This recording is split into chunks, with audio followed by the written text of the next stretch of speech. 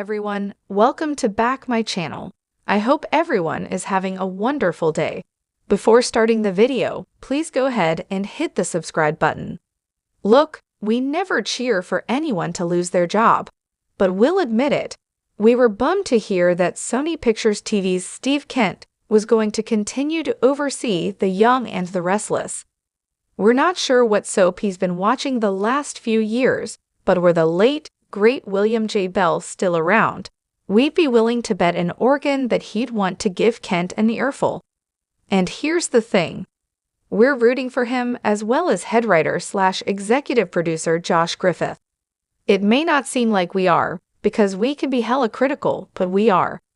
We want the show to be not just as good as it's ever been, but better. And sadly, it is neither, and put simply, it does not have to be this way. Call us dumb, call us clueless, call us outsiders who have never written or produced a daytime drama. That's fine, but even being as dim-witted as we may be, even without a day's experience on a soap, we were able to come up with a 10-step plan to make Young and Restless 10 times better. And not for the first time. Read on and then, if you can, say that it wouldn't improve the show that is currently airing. The corporate infighting is pointless, unrelatable, and, worst of all, boring. Nobody cares about which ridiculously rich character gets to sit in the corner office. Stop pretending that we do. Frankly, we'd be more invested if Billy kept ignoring Lily's "this is mine" labels on her yogurt in the executive fridge. While we're on the subject of Genoa City's infinite population of CEOs, how's about we lay off the master plans that amount to nothing?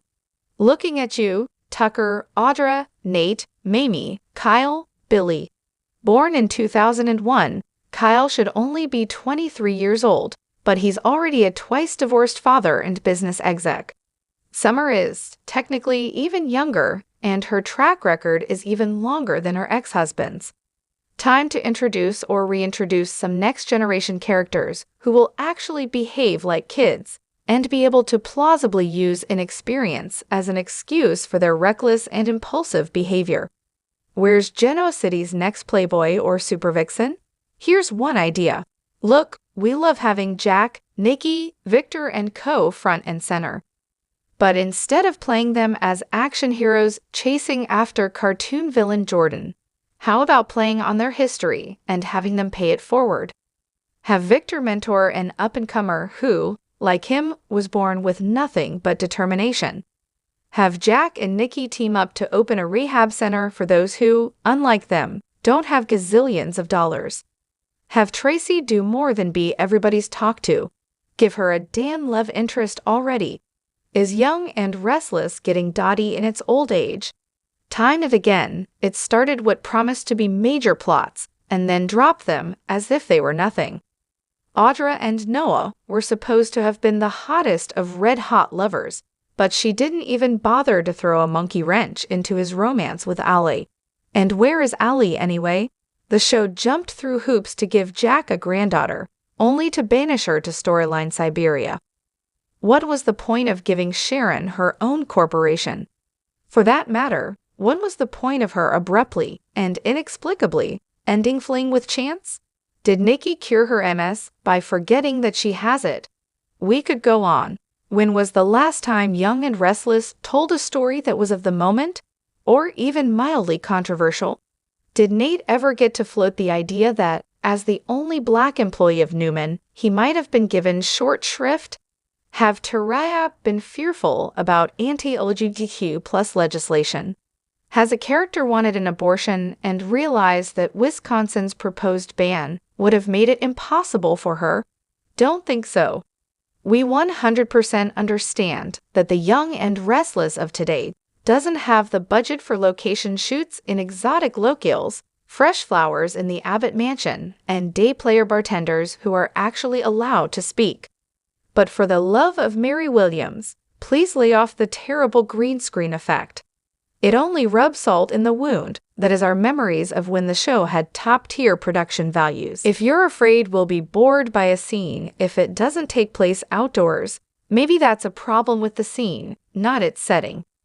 Under the current regime, the soap has fallen into the bad habit of playing beats off-screen, and often the ones that we most want to see.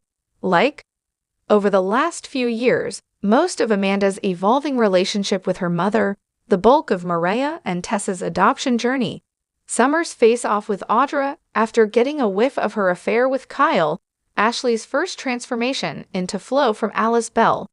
On a related note, unless Young and Restless is going to write extremely witty and slash or engaging recaps of past action, and if Tracy isn't doing the talking, that's unlikely, skip it.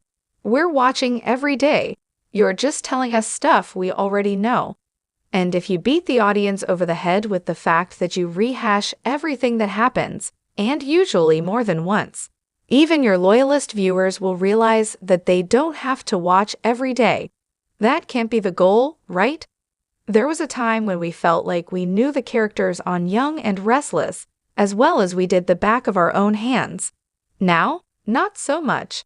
Daniel cheating on Lily felt like a backstab to fans as much as to her. Phyllis' out-of-nowhere fixation with reuniting with Danny made zero sense. And who the hell are Billy and Chelsea anymore? He meanders from career to career wearing his privilege like a designer suit. Is he just obnoxious? Now that Chelsea's reformed, is her sole purpose in life to wring her hands over Connor and the well-intentioned PSA in which he's occasionally featured? To know these characters is to love them, and we no longer know them. We were starting to write a story the other day and thought, "Oak, which couple from Young and Restless should we include?" And then it hit us. There are, no front-burner romances on the show. We've got relatively stable couples like Jack and Diane and Danny and Christine. But where's the yearning, the desire, the lust? Adam and Sally have been backburnered. Summer has become more about hating Claire than loving Chance. And Audra actually stated that she'd prefer to talk about mergers and acquisitions with Tucker than have any more sex with him. Come on, Young and Restless, you want our hearts to skip a beat, not altogether flatline.